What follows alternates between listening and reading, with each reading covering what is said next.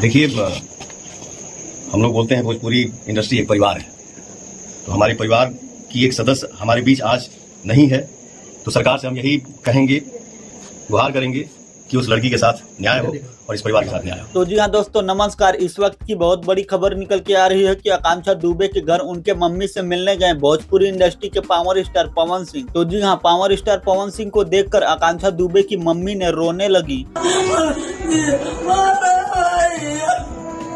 तो दोस्तों, आकांक्षा दुबे की मम्मी को इमोशनल देख पावर स्टार पवन सिंह ने क्या कुछ कहा, जी हाँ आप भी देखिए।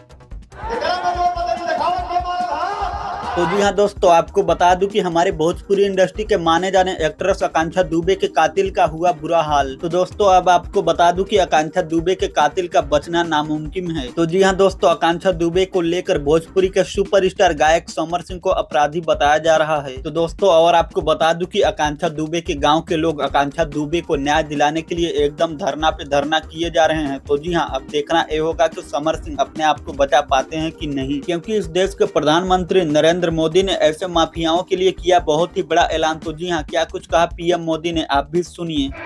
गलत करने वालों को सजा दे रहे हैं, सातवें पाताल में होंगे उनको भी मैं छोड़ने वाला नहीं।